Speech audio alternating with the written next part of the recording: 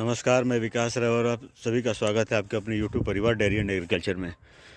तो दोस्तों, आज वीडियो बनाने का मेन मकसद ऐसा था कि काफ़ी दिनों से टाइम नहीं मिल पा रहा था मेरे को। करीबन 10-15 दिन से ऐसा हो गया है कि अपने दूध जो सुधा के कोड में जाता था, तो ऑलरेडी हम लोग पहले से ही परेशान थे कि एक तो हम लोगों को सही प्राइस नहीं मिल पा रहा है, लेकिन फिर भी हम लोग के पास कोई ऑप्शन नहीं था, तो हम लोग सुधा में दूध दे रहे थे। और सुधा में दूध देने के बाद भी पेमेंट का कोई गारंटी नहीं है अभी कि पेमेंट कब आएगा, नहीं आएगा।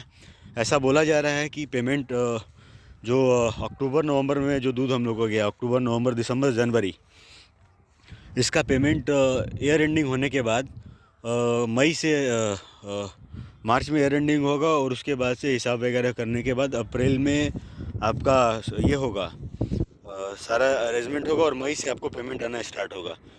तो एक तो ये प्रॉब्लम चल रहा था, और उसके बाद से अचानक से फरवरी के स्टार्टिंग से ऐसा हो गया है कि जो डेयरी का कोड है, जहाँ पे हम लोग का दूध जाता है, या जहाँ पे जो सोसाइटी है, हर एक सोसाइटी में सुधा का जो सोसाइटी है, उस हर एक सोसाइटी में ऐसा रूल आ गया है कि ऑन एन एवरेज जो है, एवरेज बना के दिया जा रहा है कि आपका सोसाइटी में कितना दूध गया है, उस हिसाब से आपको दूध देना है। तो जिस सोसाइटी में मैं दूध दे रहा हूँ, वहाँ पे आ रहा है 7 किलो 600, दोनों टाइम का मिला के। और हमारी सोसाइटी में जिस कोड में मैं दूध देता हूँ, वहाँ पे हम लोग का दूध हो जा रहा है, 2 जान का दूध मिलके हो जा रहा है करीबन 80 केजी के करीब में, 80 से 82 केजी, जिसमें से मेरा 45 टू 50 केजी, किसी किसी दिन 50 केजी हो जाता है, नहीं तो 45, 47, 48। और ठंड में तो करीबन आपका 32 तक भी आ गया था, जो कि अब रिकवर हो रहा है, थोड़ा रिकवरी हो रहा है। तो ये सिस्टम आ गया। ये सिस्टम आने से ऐसा हो गया है कि किसान तो पहले ही परेशान थे, और अब ऐसा हो गया है, पहले भी मैं बहुत ज़्यादा परेशान था, क्योंकि करीबन मेरा नवंबर का मिड से मैं स्टार्ट किया हूँ, और सॉरी नवंबर का हाँ, मिड से मैं स्टार्ट किया हूँ, और उसके बाद से आपका नवंबर दिसंबर जनवरी तक मेरा दूध का जो है वो प्राइस हो गया था करीबन 1.5 लाख रुपये, जो कि होल्ड में है। अभी तक मेरे को पेमेंट नहीं मिला है। तो पेमेंट नहीं मिला है, लेकिन मैं फिर भी मैं अपना डेयरी चला रहा हूँ, और गायों को काफ़ी अच्छे से फीडिंग करा रहा हूँ, और उनका मैनेजमेंट काफ़ी अच्छा तरीक़ा से मैं अभी तक संभाल पाया हूँ। लेकिन ऐसा लग रहा है कि आगे चल के मैं नहीं संभाल पाऊँगा। परेशानी इतनी ज़्यादा बढ़ गई है क्योंकि पेमेंट आ नहीं रहा है, और जो अपना फीड वाला है जो काम है, वो फीड वाले काम पे भी बर्डन आ रहा है। क्योंकि मान लीजिए कि मैं पेमेंट लगा रहा हूँ, और तकरीबन पर मंथ का, जैसा कि मैंने हिसाब में अपना डाला था कि 16 से 17 हज़ार के करीब में अपना पर मंथ का फीड का कॉस्ट चला जाता है। तो वो भी मेरा पैसा जो है वो चला जा रहा है, और दूध के माध्यम से वो पैसा मेरे को मिल नहीं रहा है। तो मेरा जो है मैं थोड़ा फाइनेंशियली मेरा जो है बैलेंस वो टूटते जा रहा है, क्योंकि वो फीड का बैलेंस इसमें आ जा रहा है दूध गायों को खिलाने में, और वो पैसा भी डेयरी में जाके होल्ड हो जा रहा है। तो ऐसा हो रहा है कि अब इतना ज़्यादा दिक्कत हो गया है कि अब समझ में नहीं आ रहा मैं क्या करूं। क्योंकि दूध का अगर दूसरे कहीं जगह जाते हैं, तो बिहार का भी ऐसा कंडीशन है, जैसे आईटीसी हो गया, नमस्ते इंडिया हो गया, राज फ्रेश हो गया, और विराज हो गया। 2-3 डेयरी और है जिनका मैं नाम मेंशन नहीं करना चाह रहा हूँ, लेकिन फिर भी मेरे को करना पड़ रहा है। तो उसमें ऐसा हो रहा है कि जैसे सुधा में हम लोगों का फैट एसएनएफ आता था 4-3, 4-4, 4-8, किसी किसी दिन 5-2 आता था, 5-3 आता था। फीड यूज़ करने के बाद, जो माँ डेयरी का फीड हम लोग यूज़ करें, उसको यूज़ करने के बाद, तो अदर दूसरे किसी भी डेयरी में हम लोग जो जहाँ पे दूध दे रहे थे, 2-3 दिन हम लोग दूध दिए हैं कहीं दूसरे डेयरी में, सॉरी आईटीसी में हम लोग दूध दिए हैं, तो वहाँ पे हम लोग का फैट एसएनएफ कुछ आ ही नहीं रहा। जिस दूध का प्राइस हमारा सुधा में आता था, कभी 36, कभी 34, कभी 35, कभी 42 आता था, कभी 44 तक आता था, वो प्राइस यहाँ पे आ रहा है 25-26 रुपये। इतना ज़्यादा रेट का डिफरेंसेस आ रहा है, और पेमेंट का इशू भी वही है।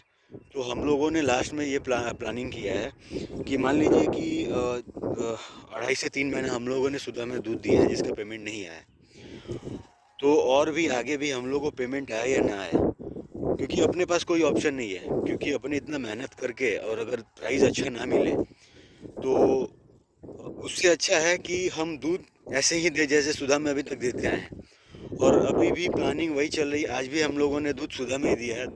पिछले 4 टाइम से दूध हम लोगों ने नहीं दिया था। आईटीसी में हम लोगों ने दिया था 1 तारीख 2 तारीख को, लेकिन 3 तारीख से फिर हम लोगों ने स्टार्ट किया, क्योंकि वहाँ पे मेरे को दूध का रेट नहीं मिल रहा था। तो दूध का रेट नहीं मिल रहा था तो ऐसे ही मन छोटा हो जा रहा था कि मान लीजिए कि जो हम लोग का खर्चा जा रहा है वो खर्चा नहीं निकल पा रहा है। यहाँ पे एक उम्मीद ये है कि आज नहीं तो कल, ऐसा नहीं है कि सुधा ऐसा करेंगे कि हम पैसा ही नहीं देंगे। हम लोग ज़बरदस्ती अब दे रहे हैं, क्योंकि हम लोग के पास कोई ऑप्शन नहीं है। तो हमको लगता है ऐसा, और लोगों ने बताया कि ऐसा नहीं है कि नहीं मिलेगा दूध। दूध का पेमेंट आज नहीं तो कल मिलेगा। तो लास्ट में हम लोग यही सोचे कि यहीं पे दूध देते हैं, जो होगा देखा जाएगा। क्योंकि ये तो उम्मीद है यहाँ पे ना कि 34-35 रुपये हम लोग का दूध जा रहा है, और ये भी कहीं ना कहीं दिख रहा है कि मिल जाएगा, शायद मिल जाए। तो ये सोच के हम लोग वहाँ पे दूध दे रहे हैं। और सभी दोस्तों से ये नम्र निवेदन है कि कृपया जो भी यूट्यूब के माध्यम से वीडियो देख के, जो भी दोस्त, जो भी बंधु अपने, जो भी मित्र हैं, जो भी मेरे सब्सक्राइबर हैं या जो भी है, वो ऐसा करें कि वीडियो यूट्यूब के माध्यम से वीडियो देख के डेयरी में ना आए प्लीज़। नहीं तो जो भी आपका इन्वेस्टमेंट है वो बेकार हो जाएगा, और फ्लॉप होने का चांसेस अभी बहुत ज़्यादा बढ़ गया है, क्योंकि दूध का रेट नहीं मिल पा रहा है। और बाज़ार भी बहुत ज़्यादा ये है, क्योंकि दूध ओवरफ्लो हो गया है, दूध बहुत ज़्यादा हो रहा है। मिलावटी दूध होने की वजह से दूध का रेट ऐसा हो रहा है। और दूध सभी डेयरियाँ ये कर दे रही है, किसी किसी दिन तो बंद भी हो जा रहा है। तो सभी से निवेदन है कि ऐसा ना करें। डेयरी के सेक्टर में भी कुछ दिनों के लिए शांत रहें और इस सेक्टर में ना आएँ, क्योंकि जो है उनको तो अगर वो सरवाइव कर जाते हैं तो बहुत बड़ी बात है। नए लोगों का तो बच पाना बहुत मुश्किल है। तो अपना जो भी है, जहाँ भी है, प्राइवेट जॉब है, बिजनेस है, या जो भी गवर्नमेंट जॉब है, जो भी है, तो उन सभी से मेरा नम्र नम्र निवेदन है कि कृपया अभी ना आए। और ऐसा करें कि अगर आप किसी को सपोर्ट कर पा रहे हैं, किसी भी भाई को, जैसे डेयरी फार्मर कोई भी है, तो उनको कृपया करके आपसे रिक्वेस्ट है हाथ जोड़ के कि आप उनको सपोर्ट करें, क्योंकि उनके लिए बहुत ही ख़राब समय चल रहा है अभी। जैसे हम लोग भी हैं, हम लोग को बहुत दिक्कत हो रहा है, लेकिन कैसे भी करके हम लोगों को करना है। मेरे पास तो 2 गाय हैं, बहुत सारे ऐसे भाई हैं जिनके पास 10-10 है, 20-20 है, उनको और ज़्यादा दिक्कत हो रहा है। क्योंकि बाई प्रोडक्ट भी अगर आप बनाते हैं तो बाई प्रोडक्ट में भी आपको इन्वेस्टमेंट करना पड़ेगा बहुत ज़्यादा, और वो अभी पॉसिबल नहीं हो पा रहा है। तो कृपया आप लोग से रिक्वेस्ट है कि वीडियो को ज़्यादा से ज़्यादा लोगों तक शेयर करें, ताकि बहुत सारे लोग, जो नए लोग इस लाइन से जुड़ना चाहते हैं, वो अभी कृपया कुछ दिन के लिए इंतज़ार करें और दूसरे को सपोर्ट करें। जैसे जो भी डेयरी फार्मर हैं उनको सपोर्ट करें। मेरा आप सभी से रिक्वेस्ट है।